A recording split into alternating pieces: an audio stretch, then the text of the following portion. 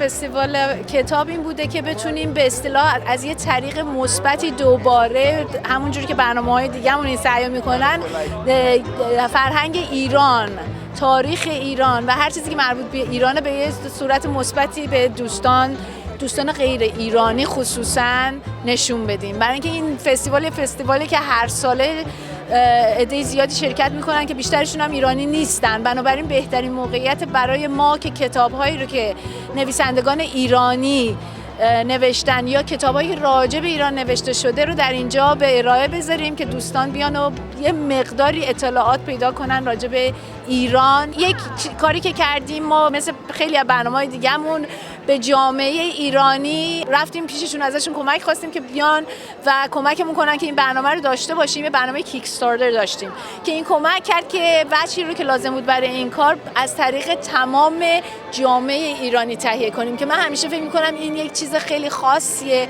برای اینکه برنامه‌های زیادی هست که دوستان و کسانی که موقعیت دارن این برنامه رو اجرا می‌کنن، ولی اینی که هممون به صورت یک گروه پشت یک برنامه خاصی رو بگیریم تاثیرگذاری خاصی داره، برای اینکه نشون میده که این چیزی نیست که عده کمی بهش علاقه دارن یا یک چیزی نیست که محدود به یک گروه خاصیه. خیلی کسانی که به این برنامه کمک کردن ایرانی نیستن و کسانی هستن که در لس آنجلس نیستن، بنابراین نشون داد این برنامه یک قابلیتی داره که بتونیم فراتر از اون محدودیتی که معمولا درش عمل میکنیم بریم.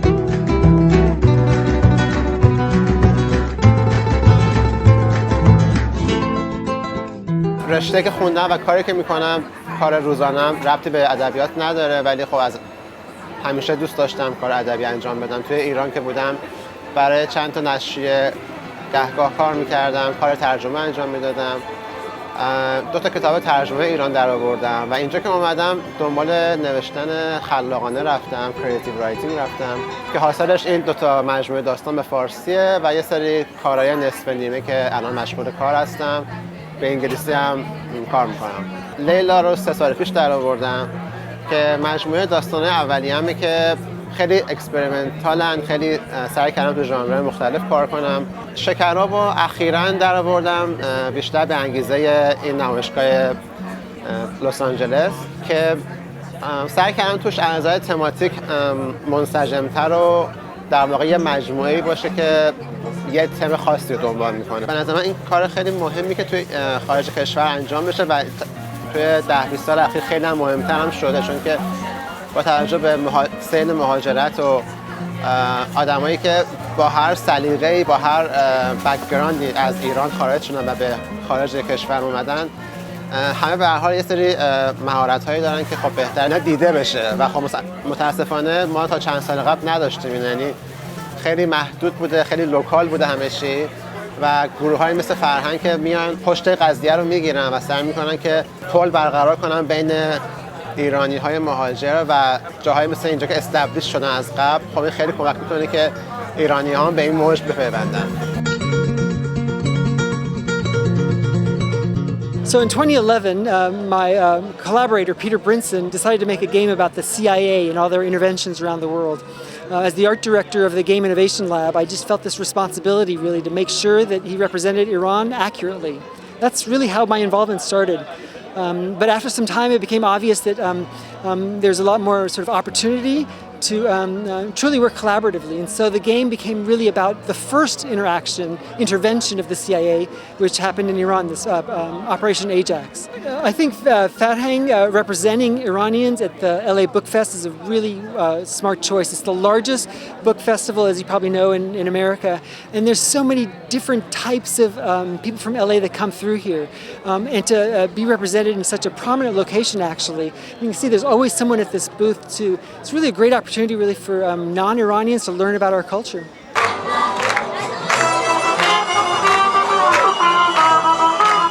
I am the daughter of architect Nader Khalili. He was a very well-known architect and humanitarian. He also translated a lot of Rumi poetry. He passed away in 2008, and since then my brother and I have been carrying forward his work to create options for shelter for homeless people and refugees throughout the world. And so what we do is we share his work, and all the proceeds from everything that we sell goes back towards building emergency shelters and disaster relief projects for people throughout the world.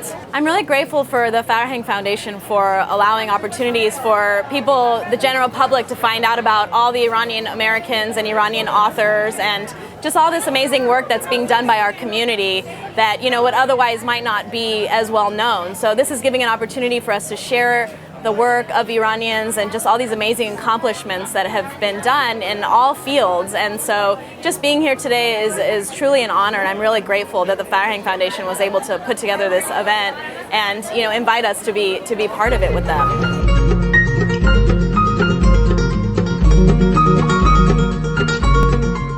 I had done comic books for Marvel and DC and Image Comics, and I also did my own comic books, self-published my own comics.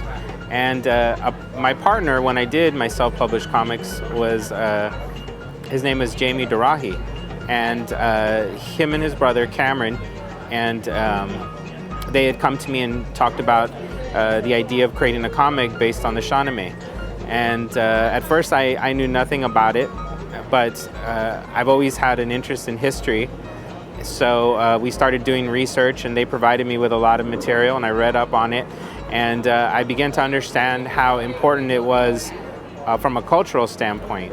And their idea was they wanted to take a story that many Persian people were aware of, but kind of bring it into more of a modern comic book style context. And maybe something that could also bridge cultural gaps and introduce like a new generation of people to a story that is a fantastic and amazing story. It's easy to get inspired to create a comic book about it because there's so many, it's amazing battles, it has heroic characters, it has romance, it has everything you'd want in a good story. I have many friends that were Persian, so I think I had a little bit of understanding of how diverse the culture is and how passionate many Persian people are about their culture.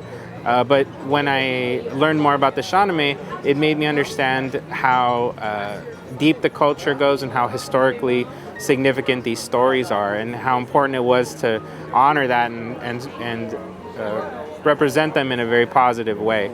So that's what we tried to do with the comic book.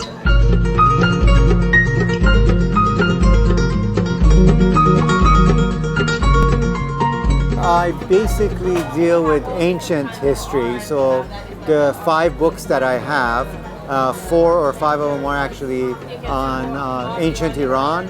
So I have a book, it's a translation of a Middle Persian text on Iran's history and geography, a book on Cyrus the Great, which was edited by myself, another book on the Achaemenid Empire, and also other books. For example, the most modern one would be Humanists and Scholars. It's a series of letters in the 20th century between scholars and statesmen in Iran. I think this is great to have books on Iran represented. I think this is the way that people can have another view, and I think a much more healthier view of a culture that is somewhat distant from here and doesn't always get represented fairly. I think books are very important, and one of the ways in which one can become more attuned to the country of Iran and its society and its culture.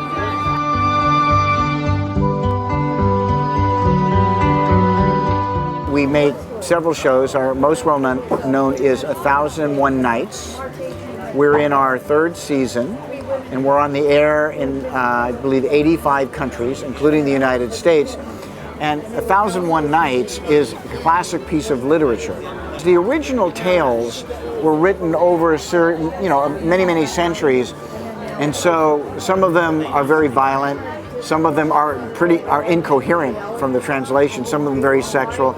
So we've reworked them and made them very kid-friendly. We've done them in the style of The Princess Bride. So they're like fractured fairy tales. Generally, we make the television show first, and then depending on where we would export the show, there was a need to have this put into comic book form. And I believe these are now all through the Middle East, in Asia, and I know we're going to Africa with them too.